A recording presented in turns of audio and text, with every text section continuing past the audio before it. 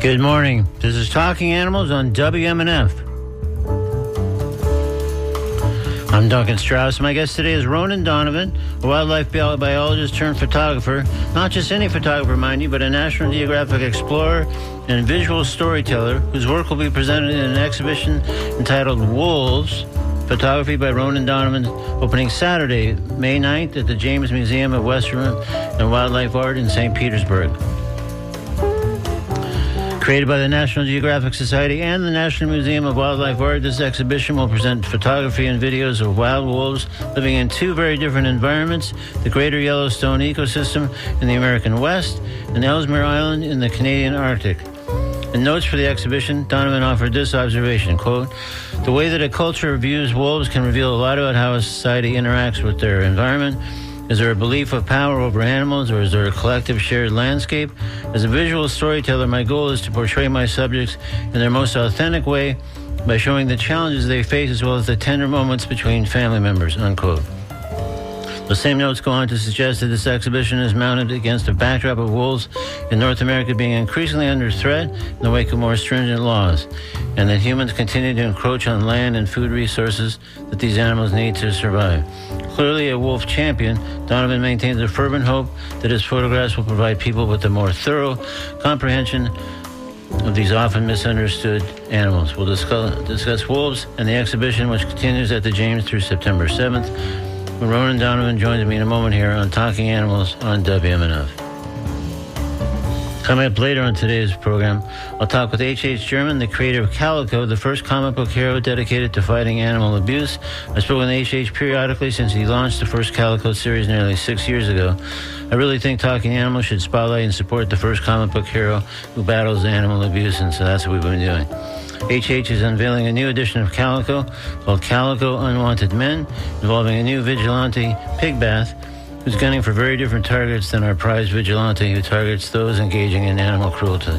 More on the new book when I talk with H.H. Sherman later in today's program. Right now, though, let's get into our conversation with Ronan Donovan about his Wolves exhibition opening again this Saturday, May 9th at the James Museum of Western and Wildlife Art in St. Pete. With a reminder that I invite you to join the conversation by calling 813-239-9663, emailing DJ at WMNF.org, or texting 813-433-0885. Let's welcome Ronan Donovan to Talking Animals on WMNF. Good morning, Ronan. Hey, good morning, Duncan. So good to be with you. Thank you. Thanks for joining us on Talking Animals, and congratulations on the exhibition. I really look forward to discussing with you and the animals featured in it, of course. But first, I'd like to address your previous profession as a field biologist, which I would guess, at least, informs your work as a visual storyteller. So maybe we'll even start further back than that to kick things off here. As a kid, how did you feel about animals of all kinds?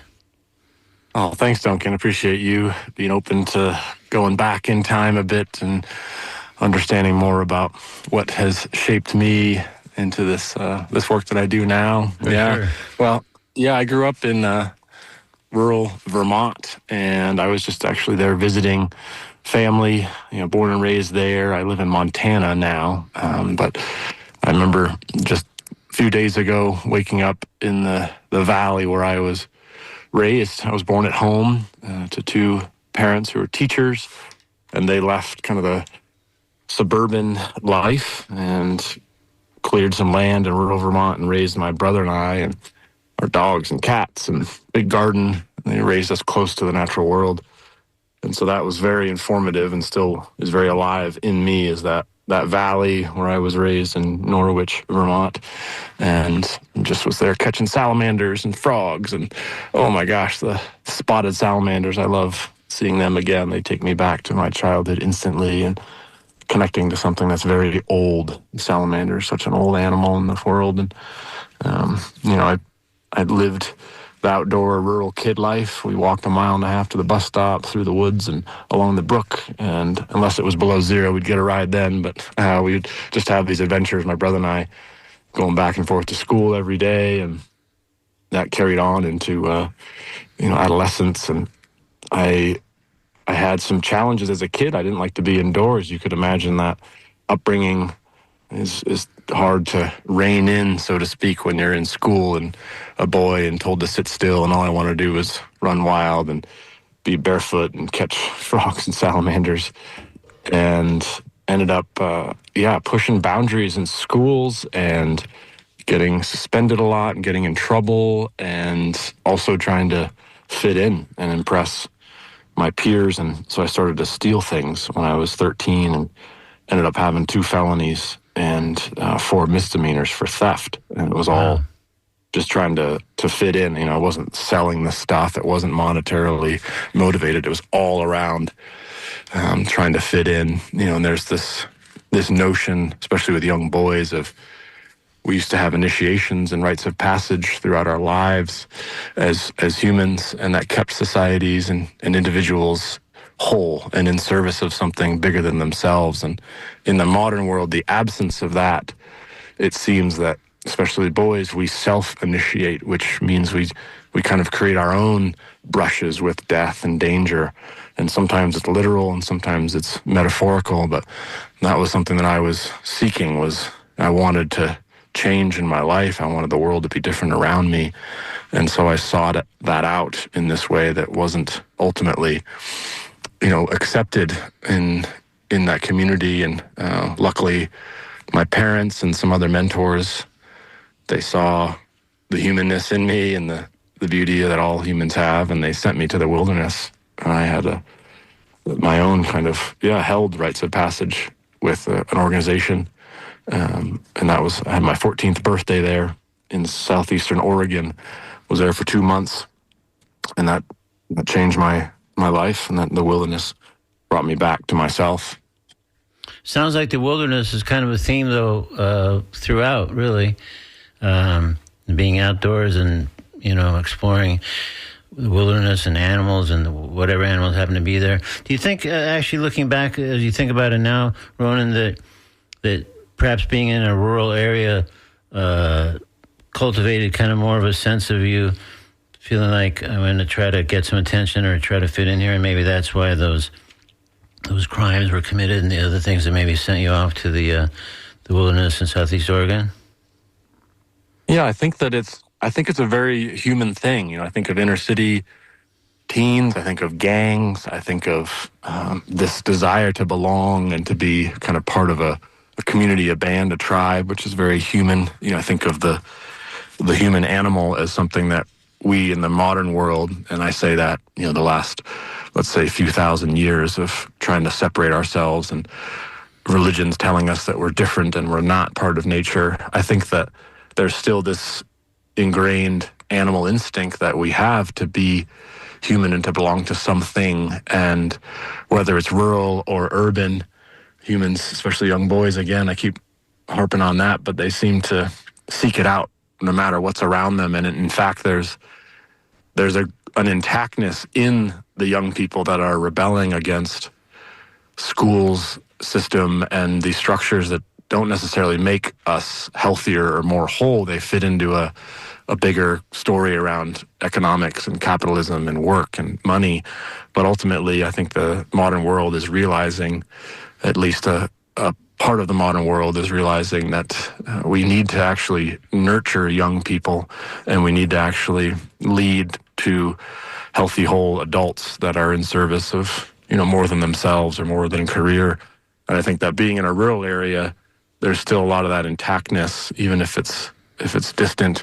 The people around me helped. If I was in an urban setting, I probably would have gone to a juvenile detention center, but the judge who sentenced me accepted this wilderness therapy program as an option. And this is a whole theme of my life, and my life's work is around reconnecting myself and those around me, as many people as I can, back to their nature, which is in relationship to the natural world and to a bigger story than just themselves. Yeah, well, it does seem like wilderness, being outdoors, animals, from the very get-go, and then throughout what you've at least outlined so far is absolutely a through line and critical, I guess, to kind of what we'll get into in a few moments, I guess, in terms of your work. But I'd be curious to know, after the wilderness therapy in Southeast Oregon there ended, were you then thinking, okay, well, what I do know is I want to be in amongst wilderness and I want to do something that keeps me in steady contact with animals, or what were you thinking then as far as the next steps? Next steps, I looked at my journal from that time when I was at that wilderness therapy program, and it was all about wanting to belong and be closer to my brother and have a better relationship with my parents and have more friends. It was very much this longing to be part of a community. And I had the framework of knowing that I was comfortable and that there was maybe a not conscious, but a sense that the natural world offered that belonging, offered that acceptance. And I, made it through high school, made it through college. I still wanted to belong. I still almost took a job in Boston working for a mutual funds firm out of college because a bunch of my friends were going that route. Sorry to laugh, but what you've described so far, even I could say that doesn't seem like a good fit. It doesn't seem like a good fit, exactly. But I was still searching. I certainly didn't have anything figured out. I don't know that I have anything figured out now still, but it was this notion of all these people that I long to continue a relationship with, my friends, of many of them I went to high school with and college with, that I still wanted to be with them.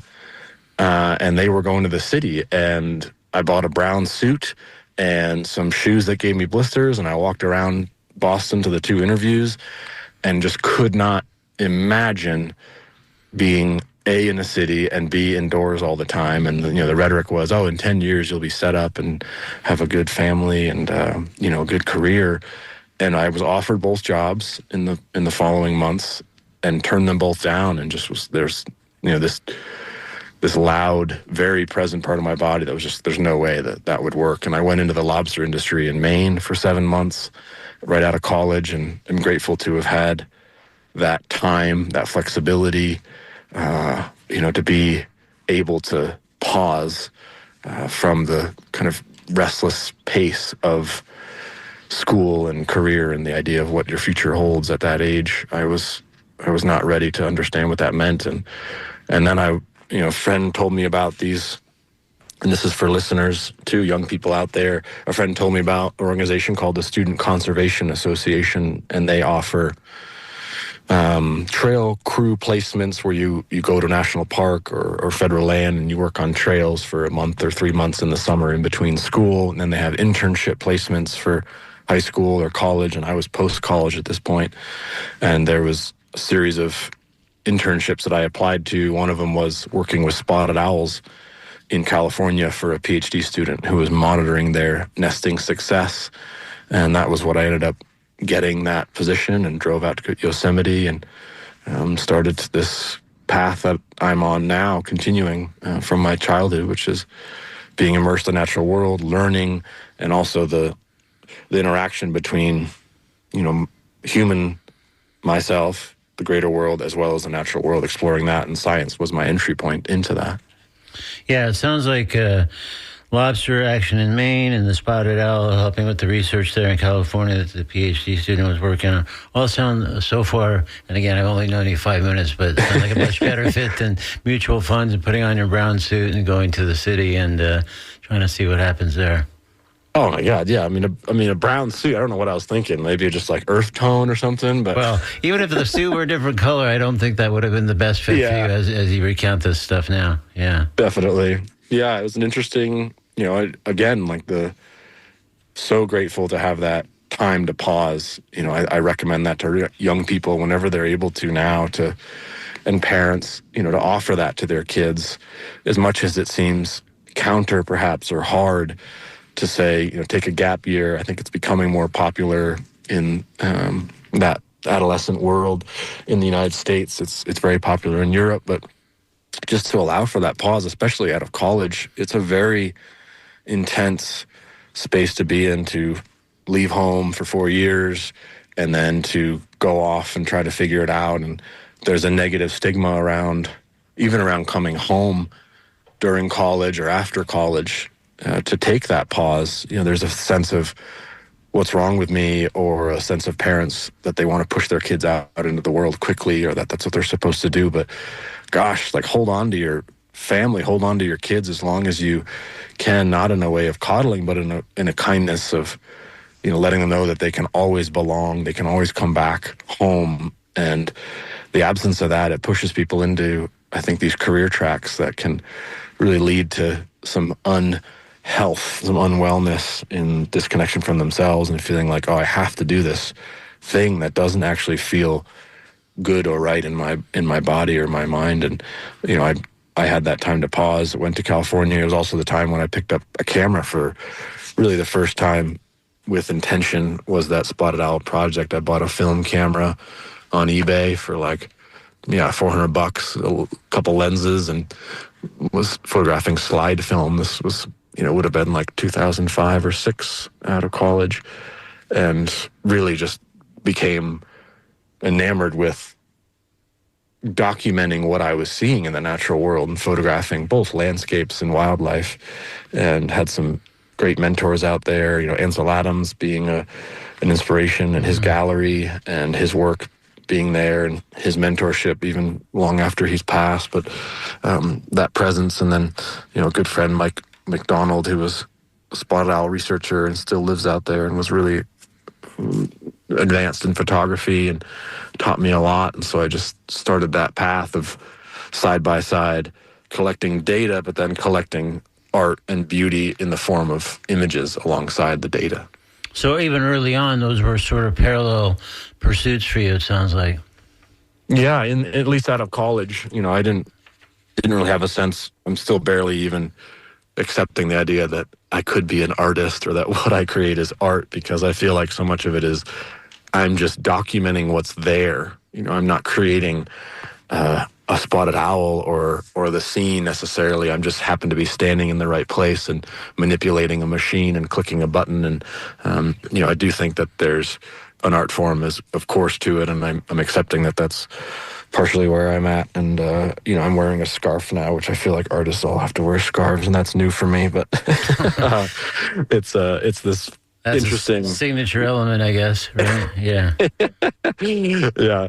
And so I think that the two, I had this desire to not just collect data, and it wasn't conscious necessarily that I speak to now, this idea that I try to put heartbeats to data points. I try to create emotion and feeling and bring in the sensing body and mind to a science story or to the natural world in a way that, you can do that with data too, but I was drawn very much to both. I was drawn to being out in the natural world and essentially being a kid, being a human in this way of monitoring and catching and watching wildlife, and being able to photograph and share it with family and friends, which is really how it started. Yeah. No, it seems like it makes total sense as a path to where you would be later and where you'd be today, which we'll get into more in a moment. But in case some folks might have joined us a bit late, let me say this is Talking Animals on WMNF.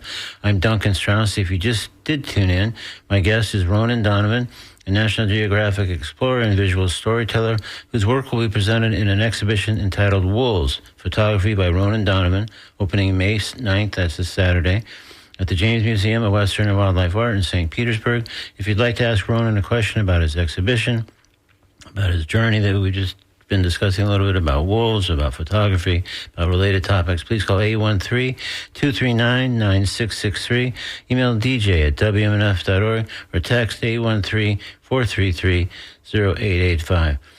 So after you were helping the guy with the Spotted Owls PhD, I guess that was Mike, if I follow this.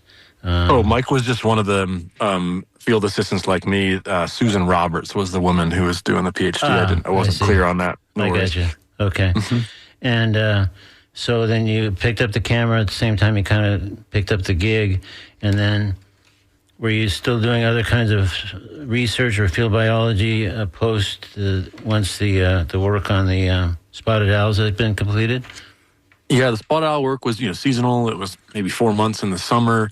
I did 2 summers like that. And then there's also, for listeners, I mentioned the Student Conservation Association for young people looking to intern and find work in the natural world. There's also the Texas A&M has a job board that is for wildlife postings, and it still is the kind of main go-to place where postings are listed for jobs all around the world. But that was the case when I started 20 years ago as well. So just putting that out there for people.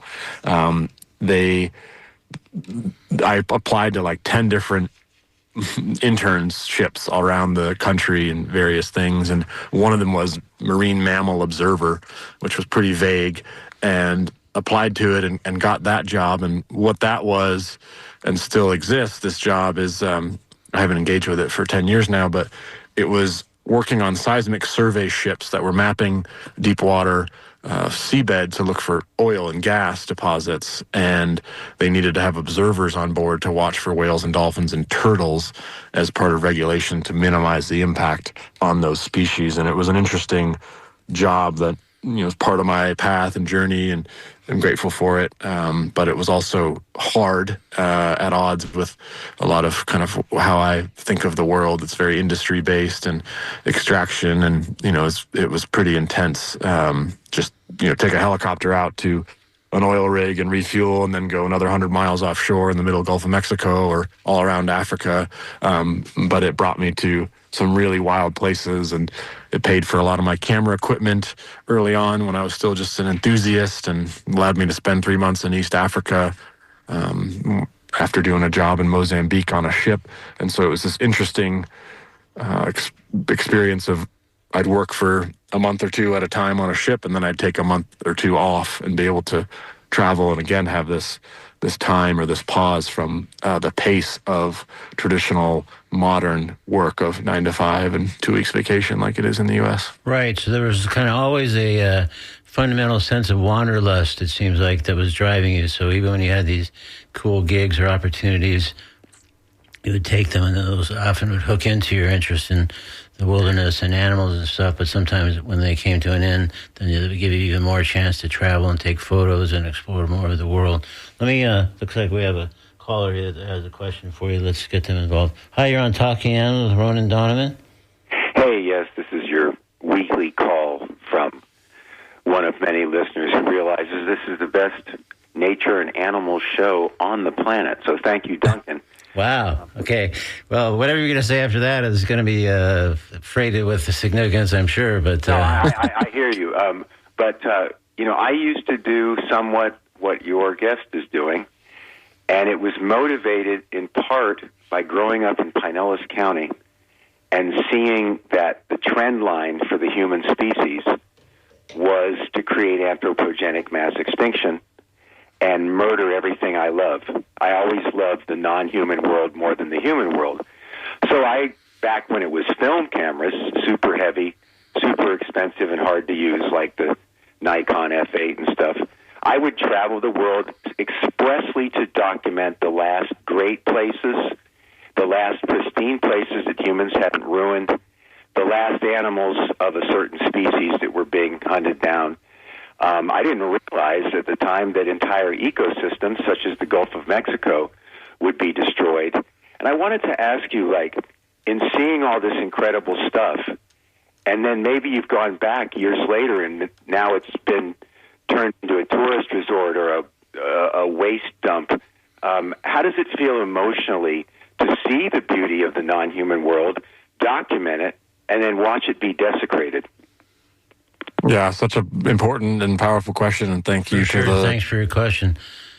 Yeah, go ahead, Ronan. Sorry. Oh, sure, no worries. Grateful for that, because that is an important reflection. There's a term that's recent in the human experience called, or at least named, eco-grief or eco-anxiety around these experiences, whether it's just reading the environmental news of our time. Oh, there's a little fox in the field that just came out of the hedge. Why am I not surprised? I think they'd like to get involved in the interview if it's at all possible, so keep waving them over. Oh, I'd love to invite that little sweet one in. Yeah, there's some sandhill cranes just a minute ago calling, and yeah, just a beautiful place in Montana. But yes, I'm also looking out onto a valley, and there's tons of new construction. It's in Bozeman, Montana, where I am now, and a valley that used to be a huge wetland, and there used to be buffalo in this valley, and tons of elk and grizzly bears and wolves, and those animals aren't allowed in this valley by modern humans. And to your caller's question, how does it feel? And for a long time, and I still go through waves, there's anger and rage and the question of why is this happening? And I've tried in my adult life to provide stories, and often it is, like the caller said, you're kind of documenting the decline or documenting the demise of places. And the feeling in my body has been a lot of pain and, body discomfort, back problems and tension. I hold a lot of stress and anxiety in my stomach. And so there's been a huge effort for me in the last 6 or 7 years to try to untangle some of that.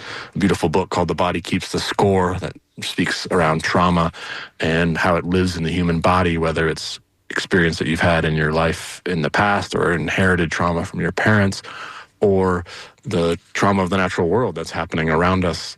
There's a quote from Aldo Leopold that I'll summarize around, if you have an ecologically attuned mind of the world, you're living in a world of wounds in the modern sense, that we are wounding the world. And the reality of that is we're also wounding ourselves. Like, there is this beautiful, animate, living, soulful life around us, in that fox that just ran by, in any bird that you see in the world. And of course, Florida is known for it's an incredible place for birds. And I'm looking forward to being there this weekend for the migration and seeing the birds that are showing up.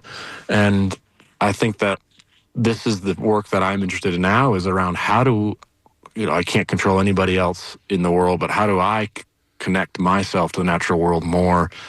That experience I had with wilderness therapy when I was a teenager, I am still engaged in that in the last few years of my life of going in the wilderness with a group of people that are creating ceremony and song and grief rituals, and then fasting solo on that land for 4 days and rekindling animism, rekindling the animate relationship to the natural world.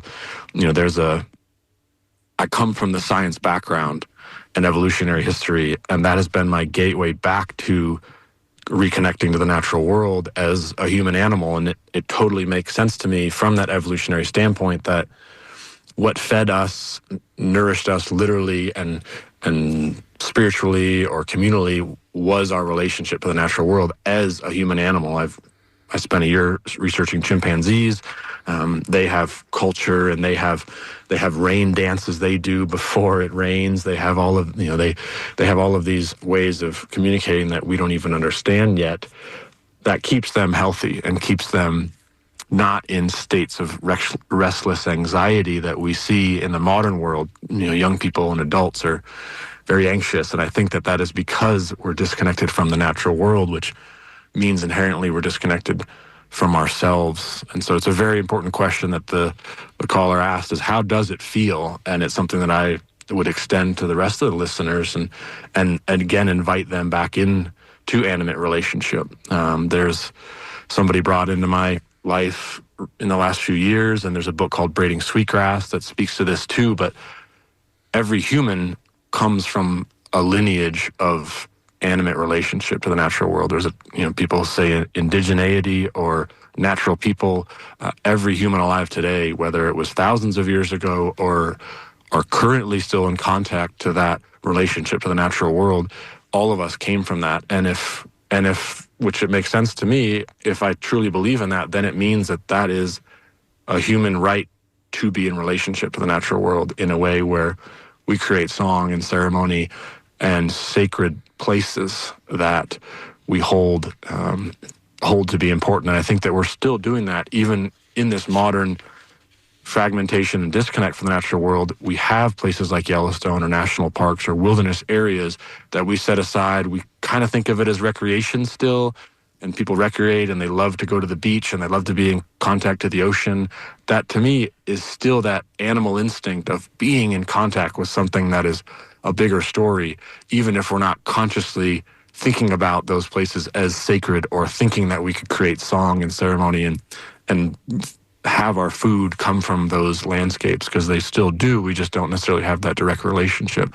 So as the question, just to put a bow on it, for me is in the last, 2 years specifically, I've been trying to understand and rewild myself, starting to forage. I'm surrounded by lomatium, like a biscuit root is a common name for it here in Montana. And there's a root that has sustained people on this land for tens of thousands of years. And there's wild onions, and it's just this amazing food availability. I started hunting to understand what that relationship is like. And these are ways that we can bring ourselves back in, and doing it in a way that isn't just walking up and digging and popping the root. It's having a conversation, asking permission, offering something, and doing it in a way that all of that is part of the human experience. And I come from no religious background, have been very kind of anti-organized religion in my juvenile way of being like, oh, that stuff's bad, and what Christianity or these things have, or that's a story that I have brought on in the world. And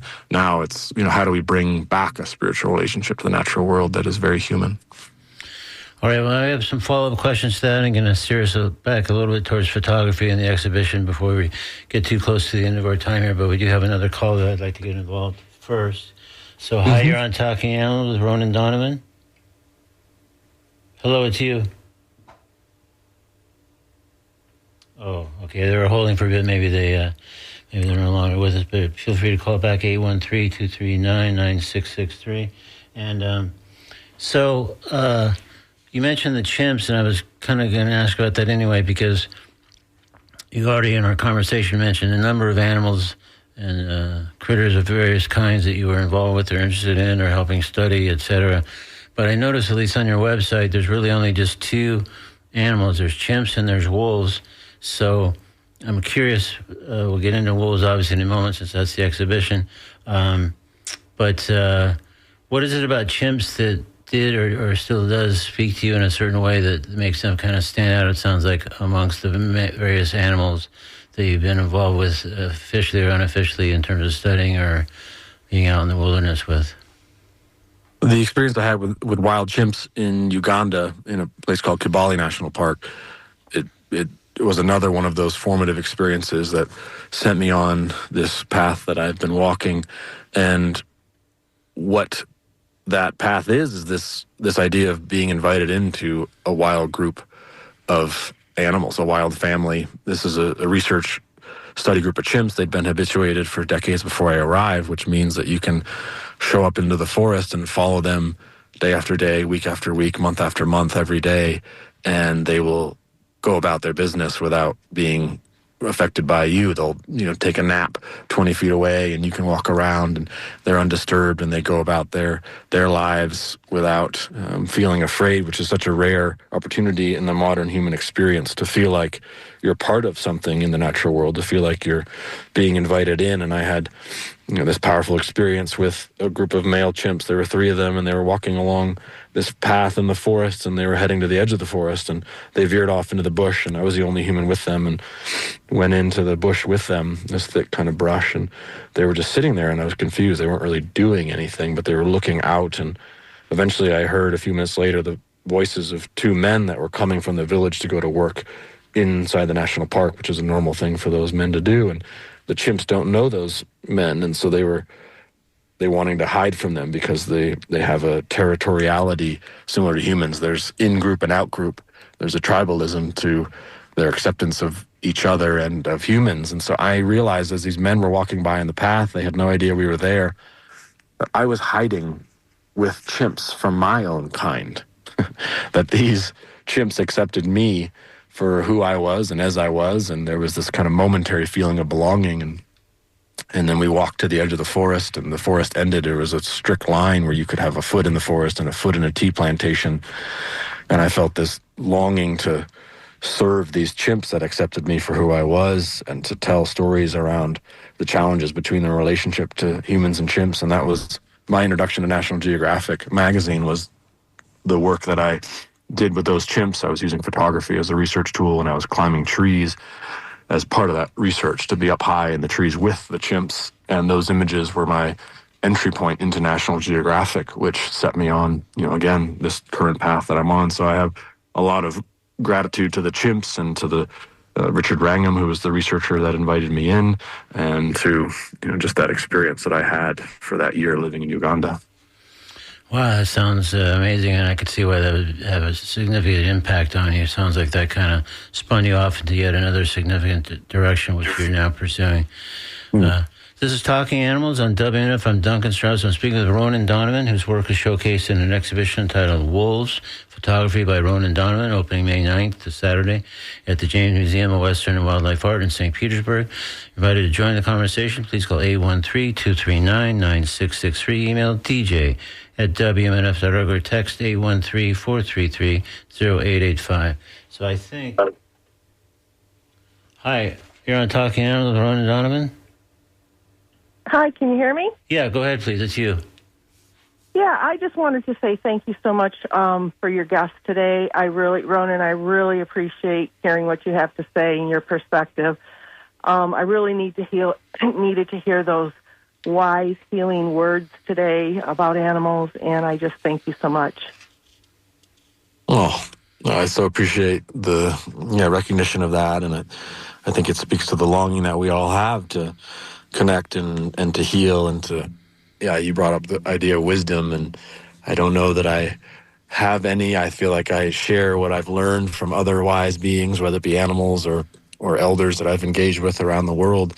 But we've talked a lot about, Evening Grow speaks flying over. We've talked a lot about the human experience, and I've talked a lot about my own human experience. And ultimately, I feel like what I am focused on now is that I was healing our relationship to the natural world feels like the most important thing. That to try to save a place, you have to actually save the humans around it. We think about, and I have and still do, about, we got to save the animals, and bringing wolves back to Yellowstone. I have been all in support of that, and it is also about healing the relationship that humans have to the natural world, and wolves suffer because that relationship is broken.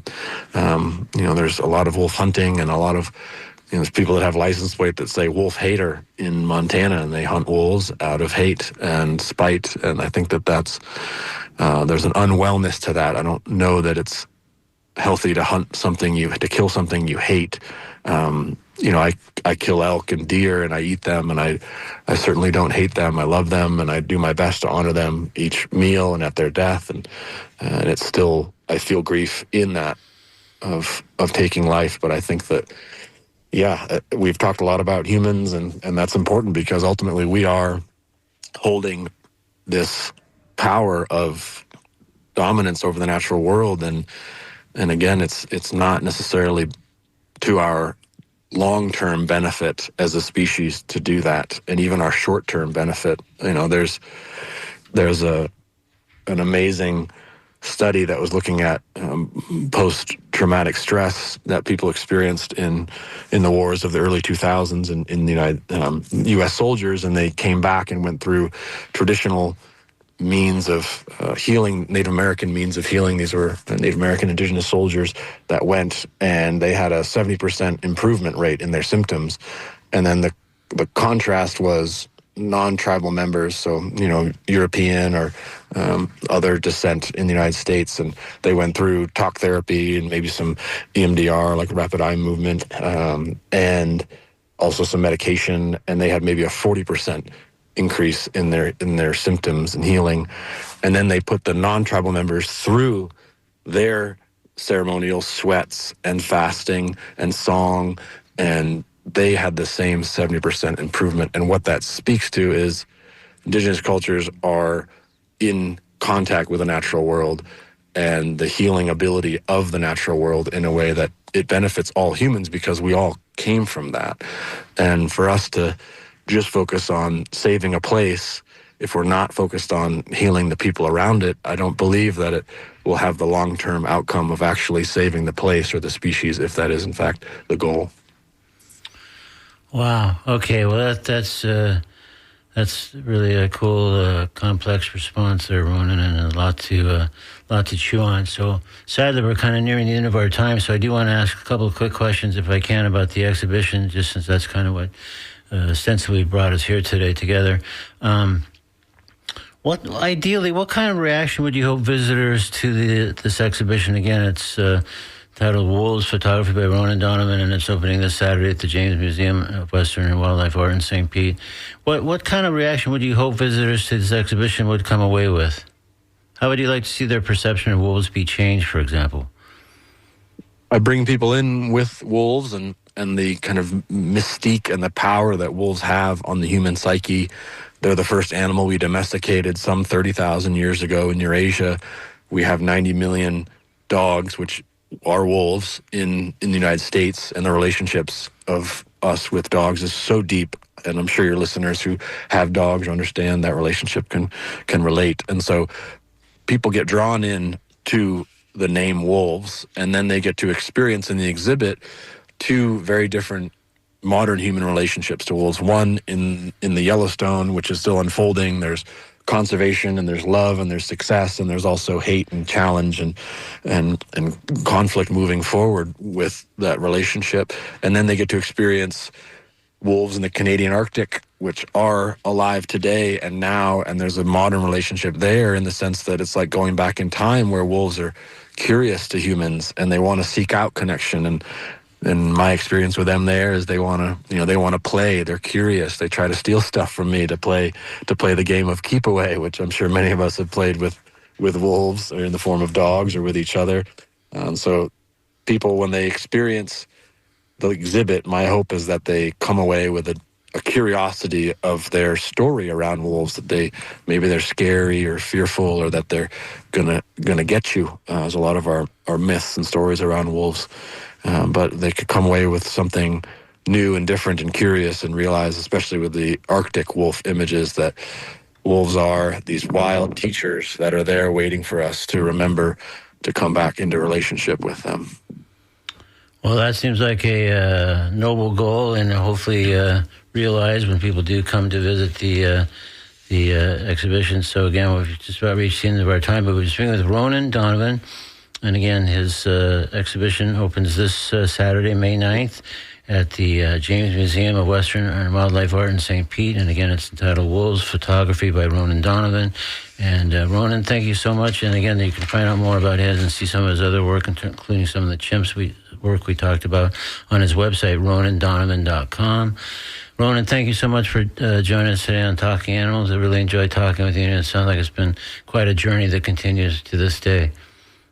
Thank you, Duncan. Yeah, I appreciate you so much having me on, and for offering this space to have these conversations, and to the callers that called in. I'll also say that for anyone who's interested in rites of passage for young people or adults, Animas Valley Institute's organization that does that. School of Lost Borders does that. Rites of Passage Journeys does it specifically with young people.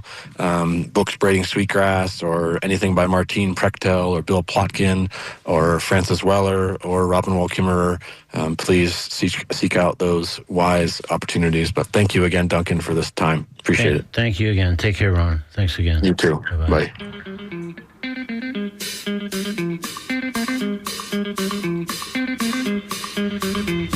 Coming up later on the program, I'll chat with H.H. Sherman, the creator of Calico, the first comic book hero dedicated to fighting animal abuse. It's an ongoing series, the latest edition of which is Calico Unwanted Men, which apparently involves a vigilante engaging in evil, dark activities, opposed to our longtime hero vigilante, who remains devoted to combating animal cruelty. More on this when H.H. Sherman joins us later in the show. Right now, though, we're going to step into the Comedy Corner with a piece that acknowledges this last Saturday we saw the running of the Kentucky Derby, which, of course, also marks the beginning of the Triple Crown season. With that in mind, here's Nate Fridson with part of a piece called Horse Racing on today's Comedy Corner on Talking Animals on WNF. There's science involved in sports now, which is fascinating to me. You know, we have science involved in sports. We have instant replay. We have sports medicine. We have scientists working round the clock trying to invent new steroids to keep kids interested in baseball. There's all sorts of fascinating things happening with science and sports. So, like, I worry about some of our older sports. Like, how are they going to stay relevant in the next century? You know, like horse racing. How is horse racing going to stay relevant? I think the only way is if technology gets so good that eventually we can talk to the horses after the race and do a post-game interview. Because I would watch horse racing if that was part of it. Just after the race, some sideline reporter just like, we're standing here with Haley's Comet. H-Com, great race. Talk to us about your preparation. And the horse is just like, first I just want to give the glory to God. Through him all things are possible except having thumbs and driving a car. You know, it's all about preparation. I slept standing up last night. Ate a bag of oats, just, you know. It put me in a position to be successful. That's what Haley's Comet does. Haley's Comet comes to race. Haley's Comet comes to execute.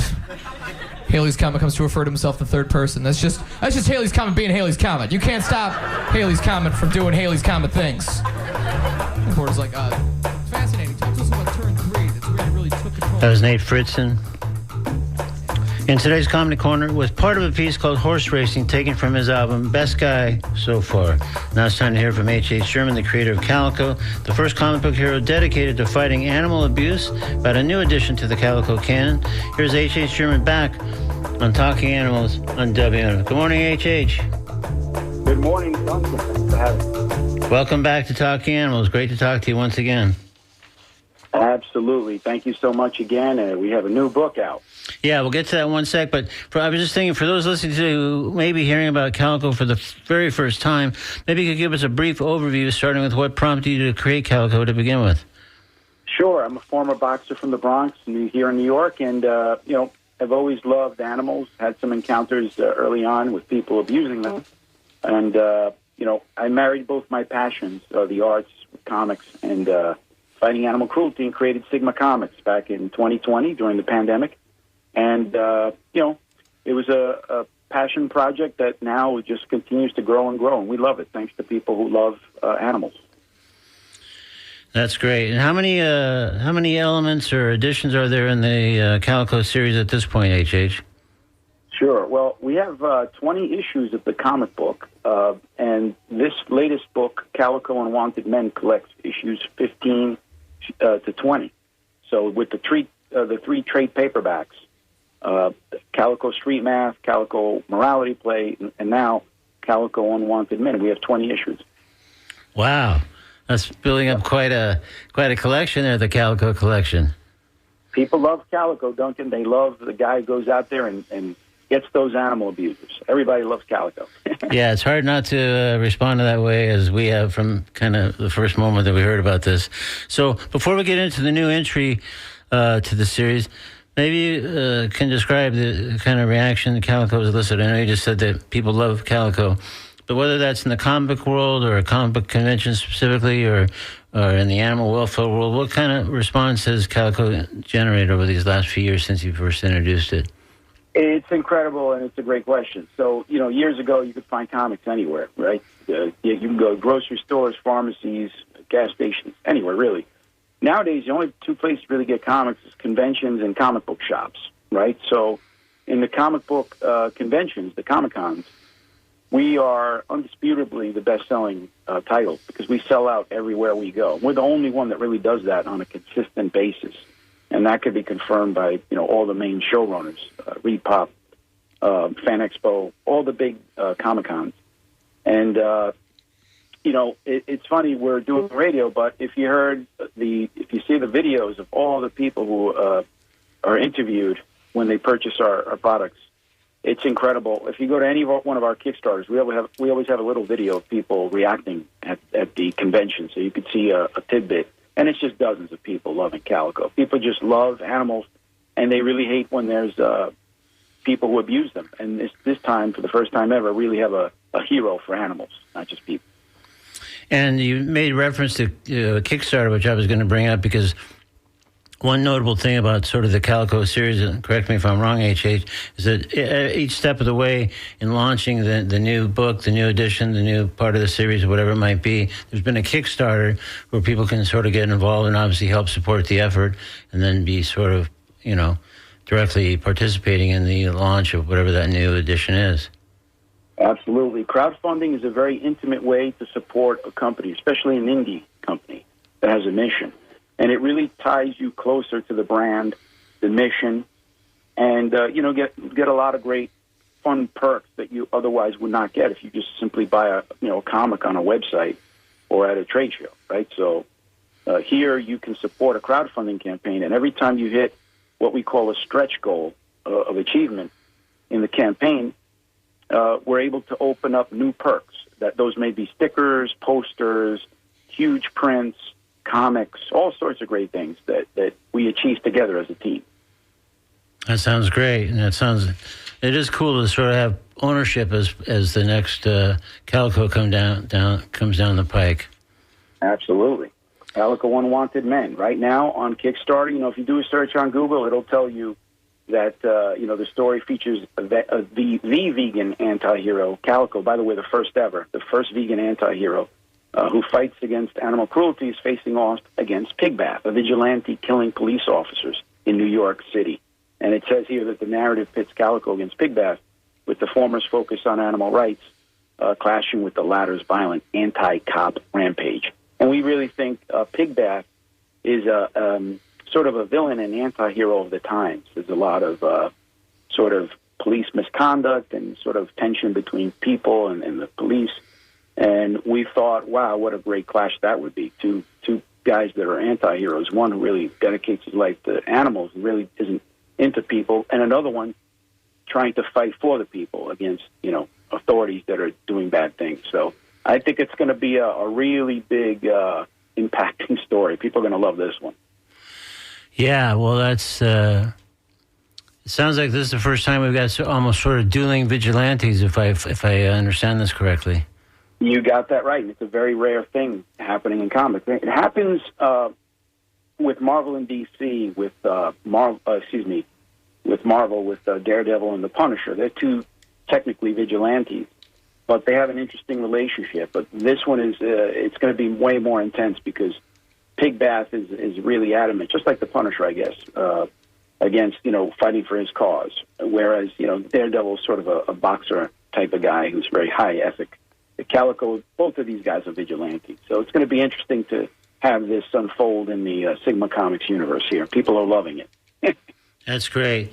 Well, it sounds really cool, and people can go to sigmacomics.com and find out more about the company. And I guess you could search for the Kickstarter just by putting that in, or putting in Calico Kickstarter. That's it. You should go, just like you said, you go to our website, sigmacomics.com. The first big banner there takes you right to the Kickstarter. So we really appreciate your support. Everybody listening, please, if you're an animal lover, which I know you guys all are, definitely head over to either sigmacomics.com or directly to Kickstarter. Just type in Calico and you'll find it. Thank you so much, Duncan. All right, HH, good luck, and keep coming. Look forward to talking to you at the next edition of Calico when that comes down the pike, because I know it's coming. Absolutely. It's coming soon. We expect it to drop in July, sometime maybe mid-July. In the meantime, I think Heck sent you a preview, so if you can share that with the audience, that would be great. Somehow on the website or something. I don't know. However you do it. All right, we'll give it a try. I think it's in a PDF form, which makes it tricky, but we'll figure it out something, I'm sure. Sounds good. All right, HH, thank you so much, man. Good luck. Thanks for all your good work. All right, coming up on WNF, it's The Conversation, the great show hosted by Mario Nunez and Joe King Carter. After that, it's The Scoop, WNF's brief news recap. Then we should back to music programming, I think, but I couldn't swear that Sam is back. I know she's been on a nice trip. She may be back today, if so she'll be holding forth from 1 to 3. If not, some great sub will be doing the honors in her absence, and then that's followed by Nancy C. hosting the Wednesday Traffic Jam from 3 to 6 p.m. And all kinds of other great music and entertainment and programming and stuff coming on 88.5 WMNF. So we'll be back next Wednesday, May 13th, with another edition of Talking Animals. Thanks for listening today. And our thanks to Ronan Donovan and to H.H. Sherman for their input today as guests on the show, and we'll keep rolling along here. Stay tuned for the conversation coming up shortly after the scoop here on 88.5 WMNF Tampa. Thanks again.